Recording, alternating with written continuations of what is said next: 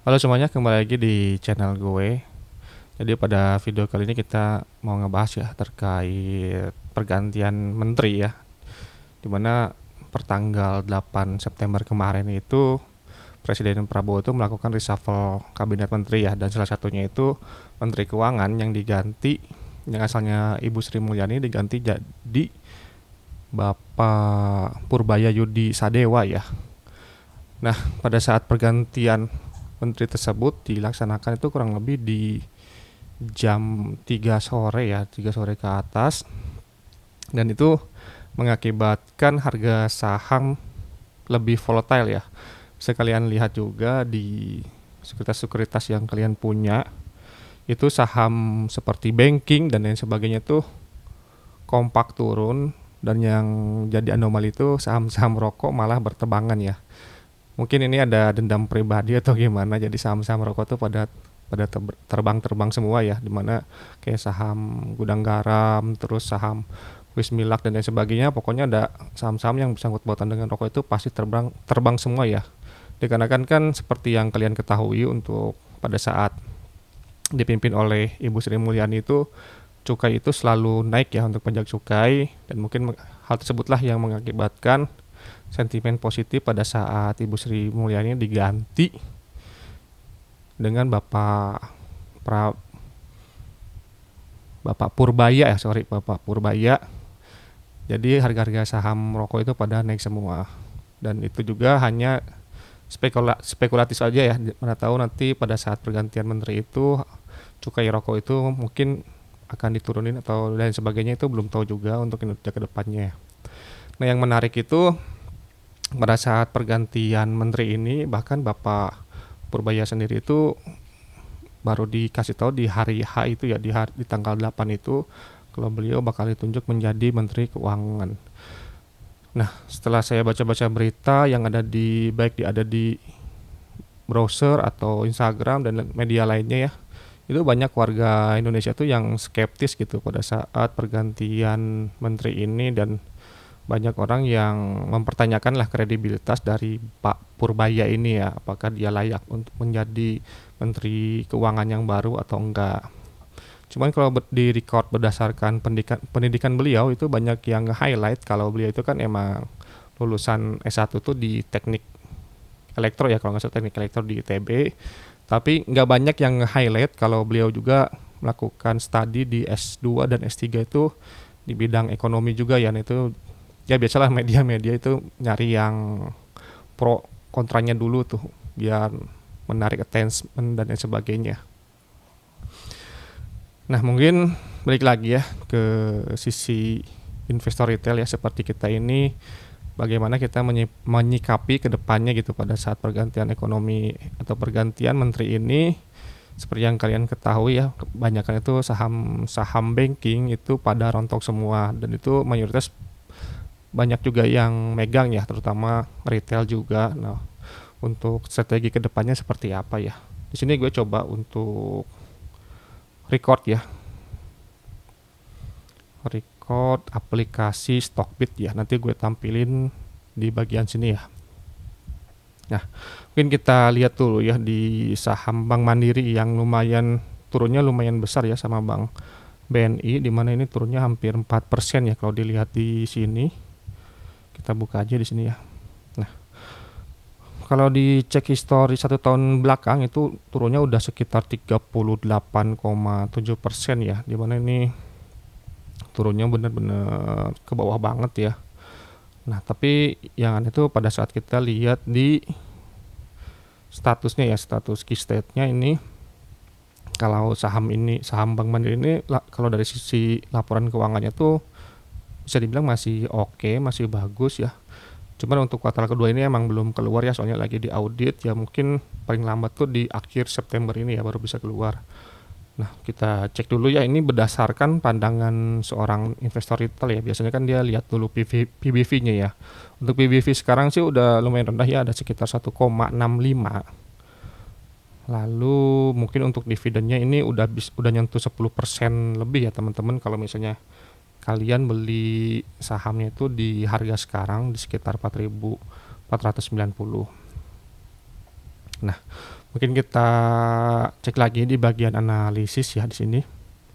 Nah, untuk analisis sendiri sih kalau di Stockbit ini berdasarkan 37 analis ini banyak yang bilang itu harus buy ya. Ini ada 31 yang buy, yang holdnya tuh bilang 3, yang sell-nya tuh bilang 3 juga.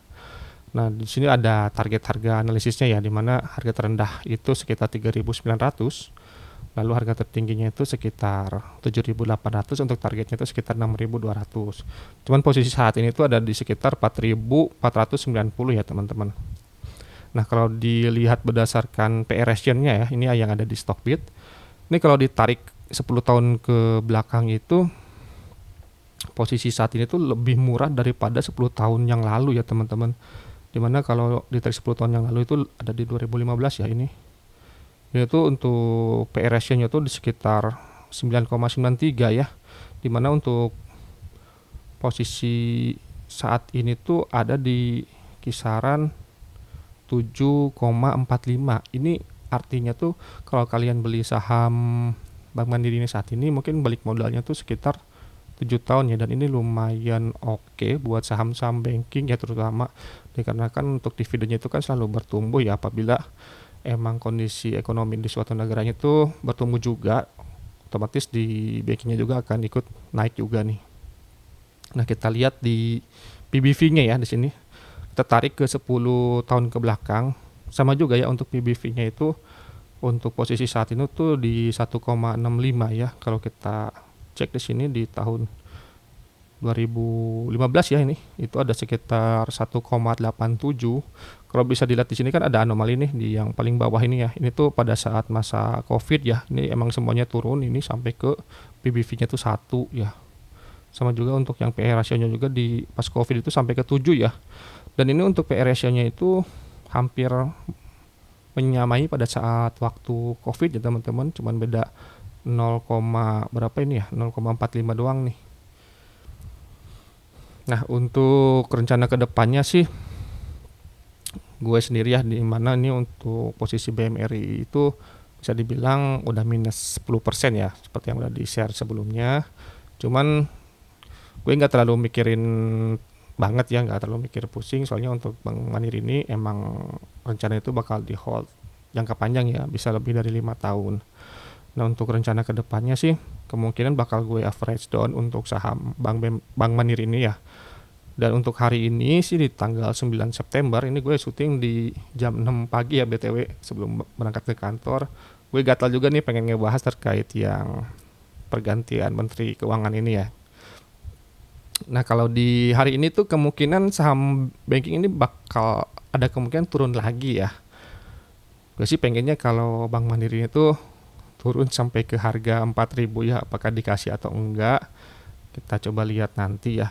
Soalnya kalau harganya 4.000 itu, kalau kita berdasarkan dividen investing ya, itu dividennya sangat-sangat menarik sekali.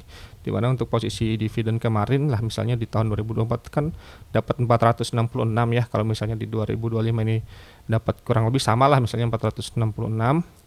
Kita coba cek di kalkulator ya, itu nih. Kalkulator, ini tinggal di ini aja ya, tinggal dibagi aja. 466 dibagi harga sahamnya ya, 4.000. Ini dapat kurang lebih sekitar 11% untuk dividen per tahunnya. Ini udah oke banget ya teman-teman. Dimana kalian cuman nyimpen duit itu di saham banking itu tahun bisa dapat 11%, itu udah gede banget ya. Dimana bisa ngalahin saham-saham yang kayak batu bara dan lain sebagainya ya. Meskipun ya di saham-saham batu bara kayak gitu banyak juga yang dividennya lebih dari 11% ya teman-teman. Nah, kalau misalnya turun lagi nih sampai ke harga 3.000 ya, gue cek juga di Instagram, Trade dan lain sebagainya tuh banyak juga yang berspekulasi kalau saham banking bakal turun sampai ke 3.000-an, terutama yang saham Bank Mandiri ya. Misal turun sampai ke 3.000, ini harganya malah lebih gokil lagi ya. Gue malah pengen banget kalau misalnya bisa ke harga 3.000 ya. Gue bakal all in jual semua aset mungkin ya. Dibagi misalnya ini ya 466 dibagi 3.000. Nah, ini gila nggak, dapat dividennya tuh 15% gitu per tahun. Gimana kalian nggak perlu mikirin lagi lah ya untuk pendapatan tahunan. Kalau misalnya kalian punya 1 miliar itu dimasukin udah dapat 150 juta itu per tahun ya, dan itu nggak perlu kalian pikirin lagi, dan wah udahlah tidur nyenyak aja gitu. Soalnya untuk dapat 15% per tahun itu lumayan, ya bisa bilang nggak terlalu susah juga sebenarnya. Cuman kan kalau misalnya tipe orangnya tuh pasif ya, kalau nggak terlalu aktif di market gitu, ini udah lumayan banget 15% gitu ya, dimana kalian tidur udah dapat 15% per tahun seperti itu. Oke, nah kita coba simulasiin ya di aplikasi yang gue bikin. Di sini kan ada kalkulator nih average saham gitu ya. Nah, kita coba simulasiin di sini, kita dapat rata-ratanya itu berapa after pembelian ya. Untuk harga pembelian awal tuh misal di sini 499 ya, atau 5.000 lah ya kurang lebih. Di sini untuk lotnya itu ada 815. Misal di harga beli berikutnya kita beli di harga ya tadi ya, misalnya 4.000 dulu, 4.000. Kita masukin misal pengen beli 100 lot ya. Di sini udah kelihatan tuh biaya pembelian berikutnya. Lalu kita klik button kalkulasi. Nah, di sini keluar nih average harga saham berikutnya apabila kalian melakukan average down. Di sini ada sekitar 4.890-an ya, dengan jumlah lot yang selanjutnya itu sekitar 915. Cuman pasti banyak yang mikir kalau misalnya harganya 4.000, dia pengen beli yang paling banyak ya, sebanyak-banyaknya. Coba kita masukin di sini deh. Jadi 200 lot misalnya ya. Ini kita kalkulasiin lagi. Nah, ini kalau 200 lot average harga sahamnya itu jadi 4.800 ya teman-teman. Di mana jumlah lotnya itu sekitar 1.015. Nah, kalau misalnya kalian punya Bank Mandiri dengan 1.000 lot itu tinggal dikali aja, misal dividennya ya berapa, dikali 400 tadi ya, 466 dikali 100 lalu dikali lagi 1.000 ini ya. Jadi kurang lebih dapat 46 jutaan harusnya ya. Coba kita hitung aja ya, misalnya 1.000 dikali 100 ya, ini dikonversi dulu ke harga lembarnya dulu ya. Nanti jadi ada 100.000 lembar dikali 466, ini dapat sekitar 47 juta ya. Dimana kalau misalnya kalian pengen pensiun dini misalnya dibagi 12 ya, apakah bisa mencukupi? Nah, dapat sekitar 3.900.000 ya, ini lumayan nih. Ini UMR Bandung mungkin ya, UMR Bandung atau Jakarta nih dapat sekitar 3.900.000. Nah, kalian nggak perlu ya, kalau misalnya emang pengeluaran bulannya kurang lebih sekitar segini gitu ya, kalian udah enak gitu ya. Jadi nggak perlu mikirin lagi, tinggal kalian memperbesar aset kalian apabila kalian pengen kerja di suatu company dan sebagainya. Jadi nggak perlu mikirin lagi tuh pengeluaran bulanan, soalnya udah di cover sama dividen yang kalian miliki seperti itu. Oke, sini ya. Jadi mungkin target gue kemungkinan bakal dibeli nih kalau misalnya harganya 4.000, gue bakal beli ini di sekitaran 200 slotnya ya. Coba nanti tinggal dipikirin nih duitnya dari mana ya. Gue lagi coba rekalkulasin lagi aset gue, dan gue hitungin apa aja yang bisa gue switch nih, atau gue switch dulu, flip dulu ya, jadi flip dulu, ditukar tuh dari aset-aset yang lain kita ubah ke aset saham ini, seperti itu.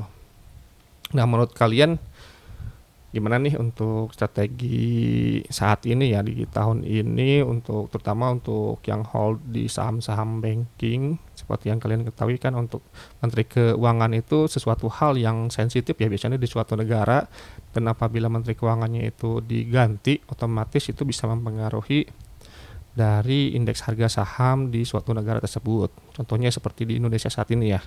Dan gue pengen ngucapin terima kasih juga kepada Bu Sri Mulyani ya, yang udah lama menjabat sebagai Menteri Keuangan dan udah berkontribusi juga banyak ke negara Indonesia ini ya, dimana beliau udah mengalami beberapa krisis yang ada di Indonesia, dan alhamdulillah bisa survive juga berkat beliau ya. Di antaranya itu kayak krisis-krisis yang kemarin ya, yang tahun 2008 lah, terus krisis di Covid kemarin, dan krisis-krisis dan lainnya ya. Meskipun banyak pro dan kontra, misalnya dari sisi netizen suka ngatain, wah ini ibu sering naikin pajak dan lain sebagainya. Coba kalian lihat dulu track record beliau, dan kalian komparasi juga untuk pada saat beliau menjabat sampai saat ini tuh pajak apa aja sih yang sebenarnya tuh naik ya. Sebenarnya kalau dari sisi gue sebagai apa ya, sebagai budak korporat lah intinya ya. Gue juga kalau untuk masalah pajak kan biasanya dibayar sama kantor juga tuh, dan gue nggak terlalu merhatiin terkait hal tersebut ya, soalnya udah dibayar sama kantor. Cuman sebenarnya yang gue perlu highlight itu untuk pajak ini lebih baik ke depannya itu di sisi pengelolaan atau alokasi pajaknya sendiri ya, dimana yang gue rasain tuh di selama ini untuk pajak itu belum banyak yang gue rasain lah hasil dari pembayaran pajak gue selama ini ya. Misalnya kayak misalnya jalannya jadi lebih baik dan lain sebagainya, soalnya di wilayah gue tuh jalannya masih banyak tuh yang entah berlubang dan lain sebagainya, dan itu lumayan nggak diperbaiki juga, udah beberapa tahun nggak diperbaiki seperti itu ya. Dan selanjutnya juga untuk menteri yang baru ya, mungkin harapan gue nih sebagai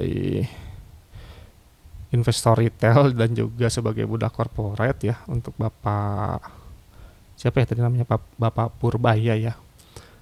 Kalau dari sisi pendidikan sih sebenarnya udah oke ya, cuman pada saat beliau mengatakan pada saat dilanjut kemarin ya, kalau nggak salah tuh nanya tuh yang terkait gugatan ke DPR yang 17+8 itu bagaimana dan sebagainya. Yang gue lihat sih kebanyakan tuh menteri yang saat ini tuh dari gaya komunikasi dan juga gaya empatinya tuh kurang banget ya teman-teman.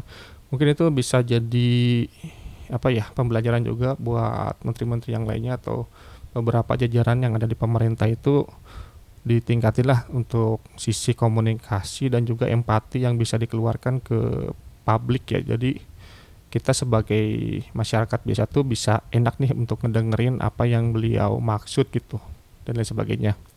Kalau dari sisi Pak Purbaya sendiri sih banyak orang yang mungkin skeptis juga ya, apakah dia bisa layak menggantikan Bu Sri Mulyani dan lain sebagainya. Mungkin untuk saat ini kita nggak tahu ya untuk kinerja beliau seperti apa. Mungkin kita harus ngecek dulu nih ke 3 bulan atau 1 tahun ke depan untuk kinerja beliau apakah bisa lebih baik atau enggak ya. Soalnya gue juga selaku leader ya, posisi saat ini di leader di suatu company itu kadang kita itu skeptis duluan nih apabila kita ngasih tanggung jawab ke salah satu bawahan kita ya, atau ke orang, misalnya ke orang A dan lain sebagainya. Tapi kita lihat dulu nih kinerja ke depannya apakah oke atau enggak. Biasanya tuh after kita lihat nih dan kita evaluasi kembali, itu sebenarnya yang kita awalnya tuh skeptis itu, oh ternyata pekerjaannya bagus juga loh buat ke depannya. Dan itu sering dialami ya di kantor gue, di mana emang orang itu biasanya pendiam dan lain sebagainya. Jadi emang bisa dibilang udah underestimate duluan nih kalau dia tuh bisa nggak nih megang misalnya project ini dan lain sebagainya gitu. Tapi yang kurang itu mungkin di sisi company gue tuh lebih kurang buat apa ya, ngasih kesempatan ke orang lain buat handle tanggung jawab yang lebih besar ya, seperti itu. Dan itu kejadian juga ya di tim gue gitu ya, yang dulu mungkin gue pernah skeptis nih sama suatu orang gitu.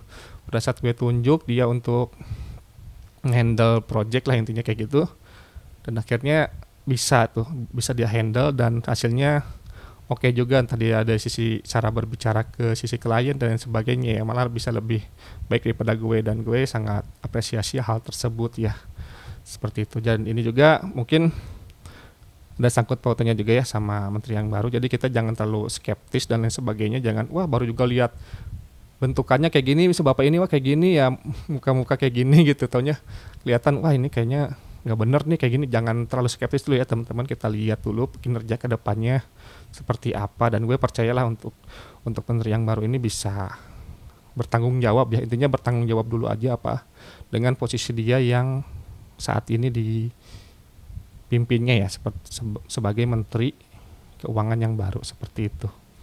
Oke, kalau misalnya ada komentar atau pendapat yang lainnya, gue sangat terbuka ya, bisa komentar aja di kolom komentar.